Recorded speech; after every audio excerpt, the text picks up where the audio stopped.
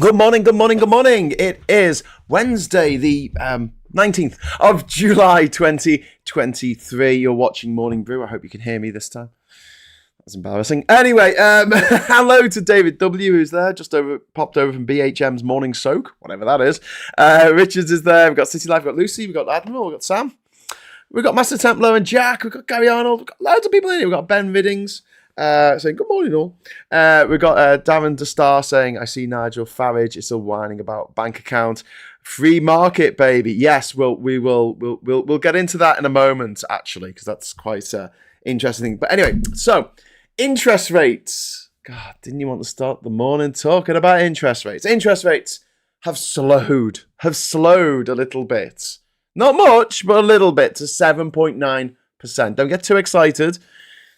We've still got the highest inflation of any G7 country. However, this is really good news for people who are stuck in a mortgage, having to rearrange their mortgages and things because of the government's mishandling of the economy. Basically, it means that there's a good chance that the 6% borrowing rate that was feared isn't going to happen. So that's good. But we're still in a bit of a crappy situation. And one of the things that's driven inflation down is that the price of fossil fuel has come down. And this is one of the maddening things about the way I feel like, look, I'm not the most clued up person about economics. I'll be the first to admit that. I know a lot more about politics. I know a lot more about geography. I know a lot more about astrophysics than I do about bloody economic mechanisms and things. But I can see from where I'm sitting that it's not a good idea to, for instance, put up trade barriers between yourself and your closest trading neighbours. I mean, that to me is pretty self-evident. But also, I see it as not a good idea to not have energy self-sufficiency when we could have energy self-sufficiency. Because just like not relying on the gold standard, because we haven't got any gold except gold that we're taking from other places, and we can't control the price of gold. It just fluctuates on the world market. So one day your gold reserves could be worth X, and next day they could be worth half X. And there's nothing you can do about it. You can't control it. Giving over your economy to an uncontrollable fate like the oil prices, the oil markets around the world is just... It's frustrating, it's maddening, and it doesn't make any logical sense when we have plenty of energy here on this island. Wind, solar, tidal, nuclear, geothermic, hydroelectric, all of that stuff. We could produce more than enough electricity. We could be an energy exporter, a clean energy exporter, if we wanted to be. But we're not. We're not, because vested interest wants money, and the digging oil out the ground is, next to dealing drugs, is a pretty good way of making a lot of money. Yeah, less likely to go to jail as well, even if you do ruin the lives of literally millions and millions of people. Billions, as we're seeing these heat waves around the world. Okay, so Darren Grimes, 7.4 million of us voted for Brexit and millions for Farage. Yeah, indeed. So this is a couple of things that I wanted to cover. I don't want to go on about the economy too much. If you want to mention it in the chat, I might come back to it. But let's just talk about GBBs for a moment. Let's talk about Darren Grimes and Dan Wootton and the fact that GB News put out a tweet yesterday saying geothermal energy in the UK. Well, if you dig down far enough. Okay, fair enough. Yeah, point taken. We're not New Zealand or Iceland, but if you dig down far enough, it does get quite hot. Admiral Pegasus says, but it would mean Tories would be out of pocket if we use green energy. Well, exactly. Graham, I recommend the book Economics of Good and Evil by Tom Sledlick as a good starting point to learn a bit about economics. Okay, Job, I'll check that out.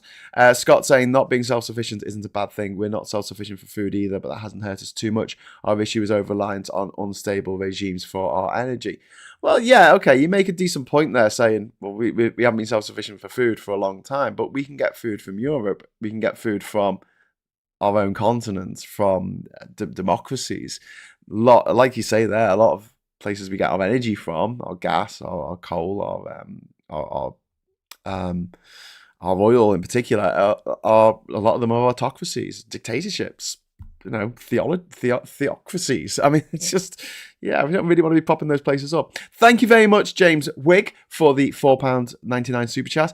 The chances of the Tories start saving off, rising again, or simply managing to hang on are Sisyphean. Probably pronounced that wrong. Sisyphus, who has famously had to roll a boulder up a hill and then have it rolled down again. Yeah, the worry that the Tories can rise from the grave is what I was thinking of talking about today. But the more I think about it, the more I think, well, I just can't see a way out for them at this point, unless something absolutely major happens. Events, my dear, events, as the old quote goes.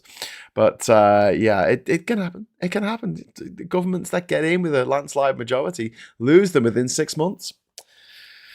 Dan Wotton is a hoist by his own petard, it would appear. So Dan Wotton is a guy who works for GBBs or Gammon Box News, a Tufton Street outfit on the TV, which is broadcast to every household in the nation, but hardly anyone watches it. I think more people watch Phil's channel. And they are a mouthpiece for the Tufton Street Tory millionaire scumbags. And, I've got another super chat from Scoopin. Having energy self-sufficiency is good, and buying oil from everyone except Neo-Hitler helps our Doja kittens. Yeah, well, exactly. I don't want to be buying oil. I don't want to be buying gas from Qatar. I don't want to be buying oil from Saudi Arabia or Angola or Venezuela, to be honest with you. I mean, Maduro's not a very nice man. So yeah, anyway, going back to GBBs. So you've got this government mouthpiece that's on the telly going into everyone's homes. And on it, nearly everyone is posh. Like nearly everyone, with the possible exception of Darren Grimes, went to private school. They have presenters like Jacob Rees-Mogg, until very recently a member of the government, the leader of the House of Commons. And yet they put out a tweet yesterday saying that they were they were being attacked by shadowy forces because they're just so goddamn anti-establishment. And this is where, it's like when Rees-Mogg or Dominic Cummings, also privately educated, calls me the metropolitan elite. Like this, I know they're doing it to drive me to kind of like, a murderous rage. But yeah, it does. It works. Because I absolutely hate it. And more than that, I hate the fact that people don't pick them up on it. I didn't see anything in the news this morning about, on the BBC or anything, fighting back against this accusation of me kind of being the establishment because I don't want GBBs on the telly. I don't want a hateful propaganda machine on the telly spewing out lies and employing current MPs, which should be against the rules, on a news channel, which should be against the rules. But because the head of Ofcom is a mate of the Tories, possibly was privately educated themselves, nothing's being done about it. So basically, we've got a channel for toffs, for these kind of inbred, not very smart, very dispiriting people who have run roughshod over our rights for the best part of, well, I'll say 4 decades, to be honest with you. I mean, the Tories got in 1979, and although the Blair and Brown governments of 1997 to 2010 pulled us back a little bit, I mean, the Toffs were still in charge. They were still very much in charge the whole way through. And that to me is, I don't know, there was a time in the 80s when, we had Thatcher, and then in the 90s we had Major. They were both state educated. It did look like maybe staties were going to get into the position where we could actually have a say in government in some way. And then, Blair, he was privately educated. And then we've just had this row of Tory prime ministers, with the notable exception of Liz Truss, who all went to private school. I mean, in Winchester, 2 of them went to Eton. I mean, it's just... And these people honestly think they're anti-establishment. They have no working class friends. They've only met someone who's working class when they're the campaigning for an election, and they've had to shake someone's hand and probably washed it afterwards. You know, these people don't live in the real world. They've never had to drive down the dock road looking for pallets to burn to keep warm. They've never had to scrabble down the back of the sofa for 20p to put in the meter to put the electricity back on. They've never had to do that. They've never had the life experience. They don't even have members of their family who've had that life experience. And the few that have, the Tories that have, like Nadine Dorries, who grew up shoeless in Anfield in Liverpool. I mean, yeah, you think, oh, yeah, I think you're gilding the lily a little bit there, love. I mean, no offence, but she's on a very, very good wage. She's on a very, very nice little earner. Thank you very much. I think being a politician, and correct me if I'm wrong on this, is one of the last professions in the UK that still comes with a final salary pension, which we don't get in many other walks of life. And yet GB News is accusing shadowy forces of saying that this is the allegations against Dan Wootton. I'm just going to say thank you to Scoopnam for the £2 super chat. Yeah, but CBBS is peng. Thanks. Thanks for the money. But yeah, GBBs, I should say. Gammon Box News. So they've got this presenter on called Dan Wootton, who's a New Zealander. So he's a dirty foreigner. He's one of these immigrants that's come over here and stealing all our jobs. You know, those six-figure jobs in the media. Yeah. Anyway, which are usually taken by people who went to British public school. So, you know, I guess that's a result. I suppose, if you're not really into British state school educated people getting any kind of top jobs, seems to be, you know, a big thing in this country. But Dan Wootton has been accused, allegedly, of catfishing people into sending him pornographic material of themselves so he can, I don't know, use it for his own pleasure, or maybe, I don't know, blackmail people. I don't know. The allegations have been made. There's been one part of this has come out on the Bylines News network. So if you go over to Bylines, type in Dan Wootton, it'll come up. I'm sure you've seen the article. It's actually been re-reported now on the BBC and Sky, finally. But for a while there, it was just Bylines doing this investigation. And it's the first of three. It's the first of three that's gone up. They've got another 2 articles about other accusations. So obviously, you know, this is what Philip Schofield did, but like a million times worse, because this isn't one person. This is multiple people who were catfished by Dan Wootton, allegedly, using a fake pseudonym to get them to send pictures of themselves naked or doing whatever to him, so he had them on his hard drive. And one of the people that's accused him is one of his exes, who I think was going out with him for 4 years or something. So it just seems crazy to me that there was so much hoo-ha in the press about Philip Schofield and then Hugh Edwards, and massive hoo-ha, and GBBs every day. They couldn't help themselves and say, oh, how immoral and how gross it was and how terrible it was. This terrible reporter was doing this terrible thing. And yet they had one in their own midst. And it's not like they didn't know, because I think it was Dan Wootton's ex, had put on Twitter a couple of weeks earlier when the Hugh Edwards thing was all kicking off, about what Dan Wootton had got up to, and that had brought other people forward because he used the same pseudonym for other people. And they said, hang on, he did the same thing to me. Now, look, none of this has been proved in the court of law. It is all allegations.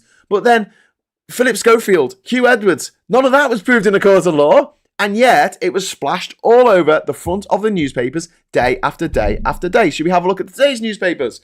These are today's newspapers here.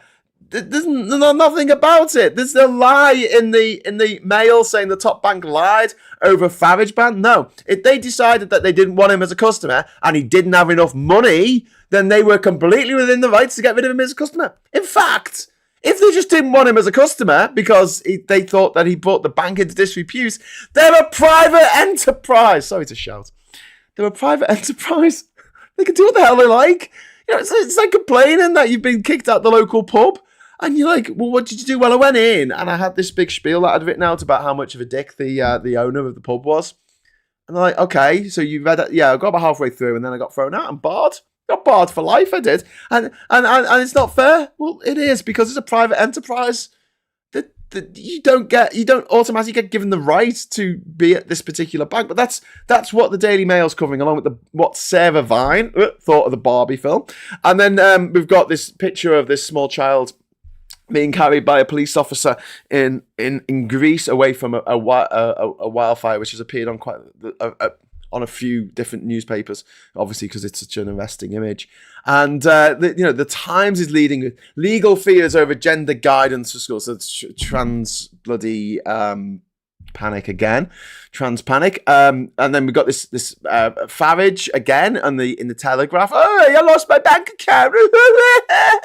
They offered him another one, And then we've got, even in the Guardian, it's the soaring toll of convictions for COVID breaches, and also this story about the migration boat. Sorry, the migration boat. That's not right, is it? The barge that the government were planning to put asylum seekers on couldn't find somewhere to dock, so basically it's had to stay at sea. It's just a ridiculous story. The Star has got a story about the fact that Hugh Grant is playing an Oompa Loompa, and that role should be reserved for someone who's actually a dwarf or has dwarfism. Okay. I don't think John Rhys Davies is a dwarf, and he played a dwarf in Lord of the Rings. Then we got the Daily X. I don't think any of the people who played dwarves in The Hobbit were actually dwarves. Yeah. PM, toughest ever laws send clear message to migrants. Again, completely ignoring the Dan Wootton story. I don't know if this is partly because GBBs, no one watches it and no one knows who he is, really. But this guy was like editor of The Sun. I think it was The Sun. Was the editor of The Sun? Someone look it up. Let me know in the chat. But yes.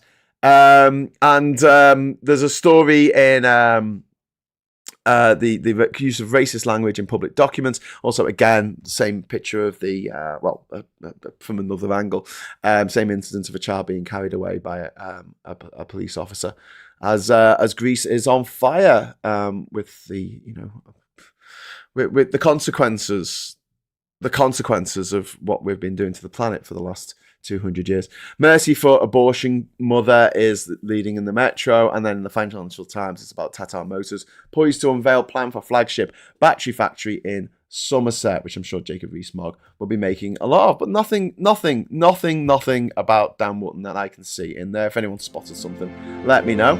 And I keep doing that. I keep going back to my other screen, and the intro sequence starts. Sorry about that. So obviously we have geothermic potential in UK. You don't need volcanic activity to be able to access thermal resources. Anyone who's worked underground in the UK knows about the geothermal gradient. There you go. Thank you, JD. I thought we could. But then I wasn't very confident about it because I'm not an engineer. So I was like, yeah, whatever. Good on the dock workers for refusing those ships, indeed. Franco Pini says Farage can say what he wants about cuts. They are restricted in their response due to client confidentiality, and he knows this, hence the victimhood angle. Yeah, I know. And this is something that I'll say about GBBs as well. The victim complex, and it's something that we see with Boris Johnson. He was always the victim. Oh, it's a witch hunt. Oh, it's dark forces. Trump does exactly the same thing. Always the victim, playing the victim card. And this is the sort of thing that these people accuse us of doing. Virtue signaling. Stop virtue. Do you know what's virtue signaling, poppies? You're wearing a poppy, Remembrance Day, yeah? That's virtue signaling. I couldn't think of a more prime example of virtue signaling than wearing a poppy for a war that ended over 100 years ago, which you didn't fight in. You had nothing to do with it, and yet you're wearing a poppy to remember people that you don't even know, to remember them. I mean, yeah, okay.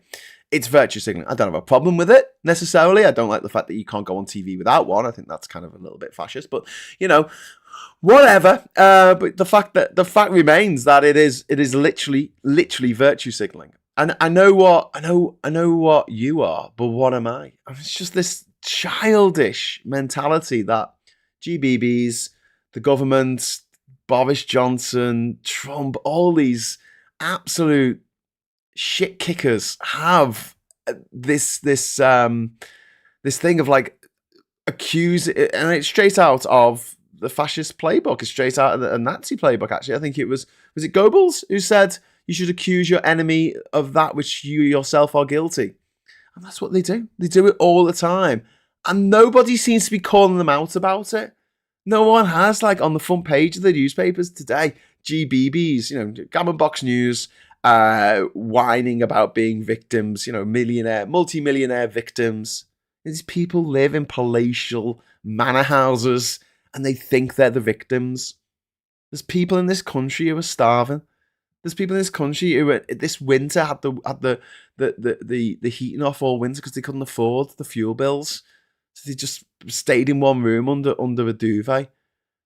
And they're not the victims. The people who can't get an operation, the people who should have been seen for their cancer weeks ago but haven't been seen because the NHS is on its knees, and they're the victims. They're the real victims of this government. And talking about shadowy forces, and it's all a conspiracy. It always comes down to like, oh yeah, well, I could explain the conspiracy to you, but I don't know if you're intelligent enough or something like that. I'm just not smart enough to see what's really going on. I'll tell you what's really going on. Millionaires run this planet. Millionaires and billionaires. And they don't give a flying fig about you or me or anyone else as long as they get their money and have a bigger yacht than their neighbour. That's all they care about. Have you got the ergonomics of your desk right? That's a band of harp jokes. No, it's just that when I go between scenes on the OBS software that I use, I need to deactivate the intro sequence, which I don't normally have to do. But if I go between scenes and go back to a scene, the intro sequence will play again unless I've actively hit on the eye icon and made it, get a strike through. Why can't people just take responsibility for their own actions, says Plum Duff? I don't know. It's always someone else's fault. But this is the thing with like pathological liars, isn't it? And I don't know how much experience you've had with pathological liars, but you did have Boris Johnson as your prime minister for many, many years. People watching in Britain anyway. 3 years. It wasn't that many. Felt like many. And that thing of like that, it's never their fault. It's never their fault. And I say to my stepdaughters about being naughty in school, because I was naughty in school. I was in trouble all the time in school. I was in and out of the deputy head's office every other week. Hughes, my office. Getting shouted at for, God knows what. But I did suss out something when I was in school. I just sussed out that if you pretend that you didn't do it, if you argue against it, if you say it wasn't me, or you try and justify what you did in a ridiculous way, you just wind the teacher up more. And the punishment gets worse because they feel like you're gaslighting them. You're saying, "Oh no, I didn't smash the window at the football that I kicked. It just bounced off my foot because someone else did it or something." And you know what? It is like something that we do as kids. Is like we come up with excuses for why we did something when we know that we've done something wrong, but we grow out of it. Most of us grow out of it. But Boris Johnson, GBBs, Dan Wootton, and all that lot, they never grow out of it. It's always someone else's fault. They'll never take responsibility for what they've done. And do you know what? Just between you and me, I think Brexit voters are quite similar. A lot of the Brexit voters that I've spoken to, and they're going to hate me saying this, but they're still reluctant to take responsibility. And this is where the whole Brexit would have been amazing had it not been for X, Y, Z. And it's just like, no, it's a terrible, terrible idea. It doesn't work.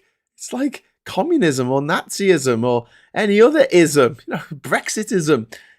It doesn't work. It just doesn't work. It doesn't even work on paper because it doesn't take into account reality. That's the problem. That's the problem with Nazism. It's the problem with communism. It's the problem with Brexitism. It doesn't take into account reality. It's an ideal. It's an ideal that we can never achieve because the world isn't set up that way. In communism, human psychology isn't set up that way. Not everyone is community spirited. Some people are very mean spirited. They're very greedy and horrible people. And there's a lot of them. I did a video last night with Davey Moo off TikTok and Phil. And I hope you've seen it. Some of you watching this would have seen it. We were talking about Labour and are they going the right way with their policies, etc. And it was a good chat. I tried to let them talk as much as possible. I wasn't really. I didn't want it to be like a three-way debate. But Phil made a really good point. He pulled up stats on people's opinions, and in order to get elected in this country, you have to reflect the opinions of the people that vote for you. And unfortunately, a lot of people in the UK are horrible. A lot, like a disturbing number of people in the UK are selfish weirdos who don't want to help anyone. They don't want to help people fleeing persecution. They don't want to help asylum seekers. They don't want to help homeless people. They don't want to help single mothers or single parents. They don't want to help anyone. And unfortunately, the government, that in order for a government to get elected, they have to in some way reflect that. Which is one of the reasons why we need PR. But, just saying. It's kind of a bit dispiriting. And to go back to the title of this video, it's one of the things that I worry about, which is events. So Labour not winning the next election. I mean, a year ago, we thought maybe it'd be a hung parliament, and then the Truss quasi-nomics came out, and that really crushed the Tory party. And they're still on their knees. I mean, their unpopularity is about the same as it was when Liz Truss was in power. I mean, they're very unpopular at the moment. Yet, I think that it might only take one major F-up by the Labour Party in order for the Tories to squeak out a win still. I know that seems mad now, but we've got another year and 3 months at least until the election. I don't think they're going to hold it till autumn. They're going to hold on as long as possible. Why? Well, because they know the ship is sinking. And while they're still MPs, they're still getting paid. They're still getting paid a lot of money. As soon as the next election rolls around, by the looks of things, a lot of them are going to be out of a job. There was a poll that came out yesterday. It showed that they'll be down to 66. Was it 66 MPs? Someone look it up. It was like, yeah, Rees-Mogg will lose his seat. Like everyone would lose their seats. It'd be down to just 66 MPs, which would be wonderful because it would mean, I think, that the Lib Dems would be the second biggest party. Or even the SNP would be the official opposition. I think the SNP are going to lose a few seats in the next election, but that's another story. We'll do that on another episode. But yeah, the worry is there still that the Tories, you can never count them out. And I say this because in the summer of 2019, we had the European elections, the EU elections, which weren't supposed to happen. And the Tories got about 7 or 8% of the vote. They got absolutely mullered with Theresa May as their leader. And they panicked and they got rid of her. And they got Boris Johnson in place. And within 6 months, they are on track to win a landslide majority election. From 8%, and I know, look, there's a lot of mitigating factors in it being the EU referendum and stuff like that, but they did it. In the 2017 election, Theresa May ran the worst election campaign in history. And they still won. I know they had to form a coalition with the DUP, but they still won. So I see the Tory party as like the T-1000 from Terminator 2. You can freeze it, you could blow it up into little bits, but then those little bits will glue back together and it'll rise again. And you're like, oh my God, why won't you just die? Yeah. It will not stop until this country is dead. Nick and Diff says, I met some disgusting Brexiters. I've most had the good grace to keep quiet, but there's some really nasty, bitter ones out there. Violent, nasty. I have zero time for them. Learn from yesterday, live for today, hope for tomorrow. It's the most important thing, not to stop questioning. Albert Einstein. Unfortunately, the final part is lacking when it comes to discussing the Tories. Indeed. Damn it, Graham, you're making me feel less insane. So sorry. I didn't mean to do that. They can recover. We should be very wary. It's happened before, says Fruit Bat Cat. Fruit Bat Cat. Yeah, I can't agree more. It is a worry, and it's why there's a part of me that wants Labour to go, oh, well, we're 20 points ahead in the polls. Let's be more bold. Let's put some stuff out there. But I don't think they can risk it. And this breaks my heart because, I don't know, a couple of years ago, I would be going absolutely bananas about the fact that Labour are saying, ruling out rejoining the single market. And And internally, I'm thinking, what are you doing? What are you doing? Why can't you just be vague about it? Why can't you just do it another way? But let's face reality. Whatever Labour are doing at the moment, they're 20 points ahead in the polls. And I know there's going to be lots of people who think, yeah, but that's only because the Tories are so bad. The Tories were bad in 2019. They got 7% or 8% in those elections in the summer. And as a result of that, we got rid of Theresa. They got rid of Theresa May. Labour got 14%. And they kept with the same leader. So the Tories went, oh, we need a populist leader to get this over the line and to get us back into power. And they did it. They did it with an 80-seat majority. The biggest majority the Tories had for decades. So yeah, can they rise from the dead? Yes. Can Rishi Sunak bring them from the dead? I don't think so. I don't think so. I don't think he's got the personality, the brutal force of personality that unfortunately Boris Johnson has.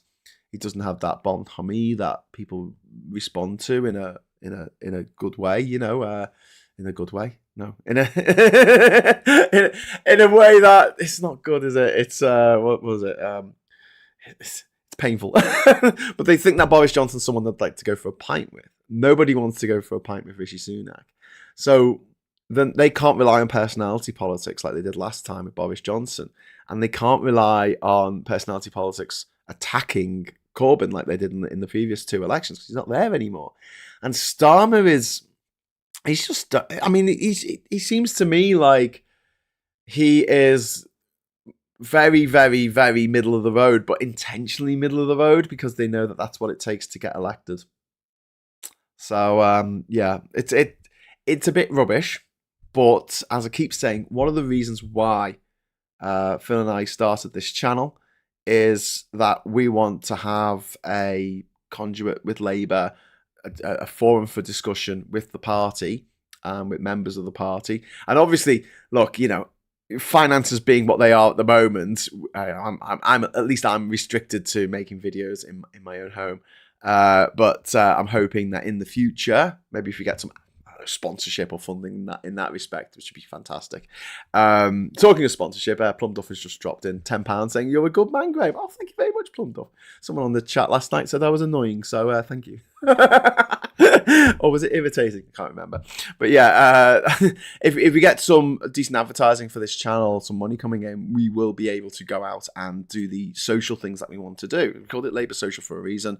And both Phil and I want to go out and talk to MPs in different locations around the country, and also, meet up with you and have Labour social meetups every month around the country. It's something that we aim to do as the channel grows and as we build it. So if you're watching this for the first time, please subscribe. You have to subscribe to comment anyway, so, and consider becoming a patron of Labour Social. It's just a few pounds a month, and that'll give you access to or YouTube member, same thing, pretty much, and that'll give you access to the Discord server, which we'll be going to after this. We're going to go over for the usual James O'Brien listen along, although I think it's Lewis Goodall this week because James O'Brien is on his jollies.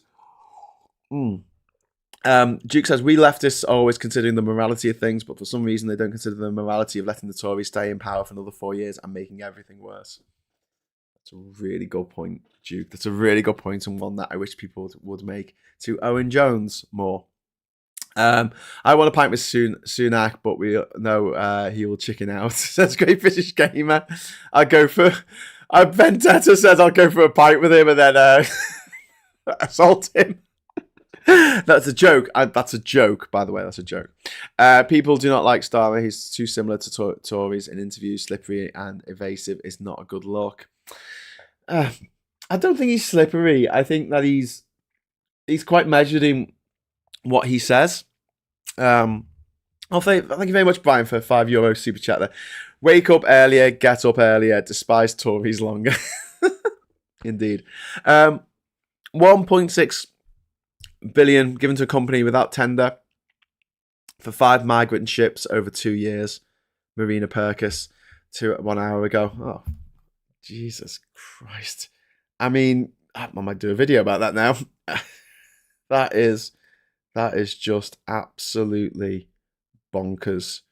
Hold I'm just seeing if we've got a little look there.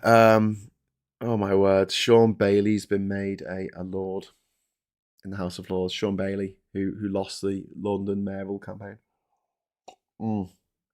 and who threw a party during restrictions, lied about it, got caught, apologised, and is being investigated by the police. He's now a legislator for life. Anyway, Tichy doesn't know how to pay for a pint.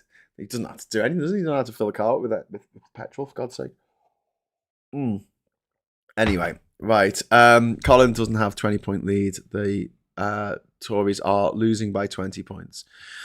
Justin, that's something that I just addressed, actually.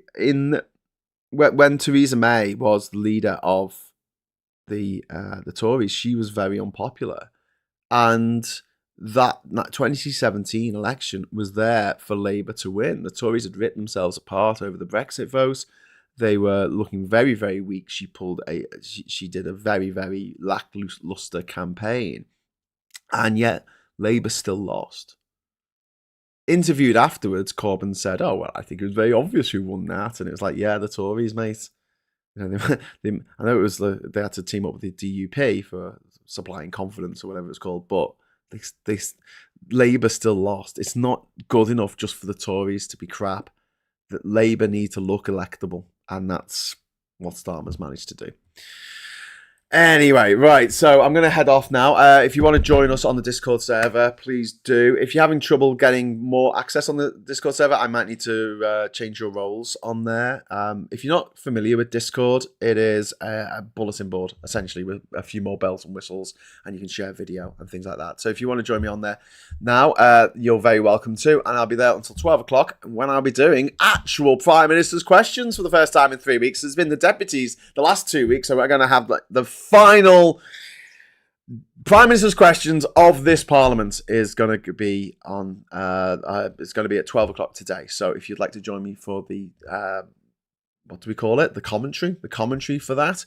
You'll be very welcome to, because I don't like listening to it alone. I get too annoyed.